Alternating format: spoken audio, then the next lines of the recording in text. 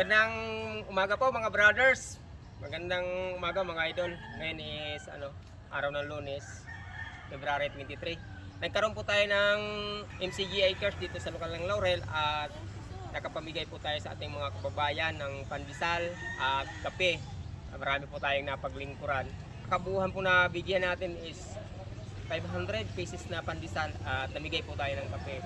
At sa tulong at awa po ng Panginoon, nakatapos po tayo ng maluwalhati. At ito nga po mga brothers, mamaya nag-iimbita po kami, meron po kaming mass indoctrination mamaya pong alas 7 ng gabi dito sa lokal ng Laurel. Sa mga interesado po na makapakinig ng aral ni Kristo, yun po mga brothers, sa nagdanais na makapakinig ng aral ni Kristo, nandito po ang lokal, bukas po para sa ating mga kababayan na nagnanais. Yan mga brothers, hanggang sa susunod nating mga vlog, yan, papakita ko sa inyo. Maraming salamat. Sana samahan po tayo ng Panginoon sa ating mga paggawa sa buong maghapon. Maraming salamat po. Salamat sa Diyos.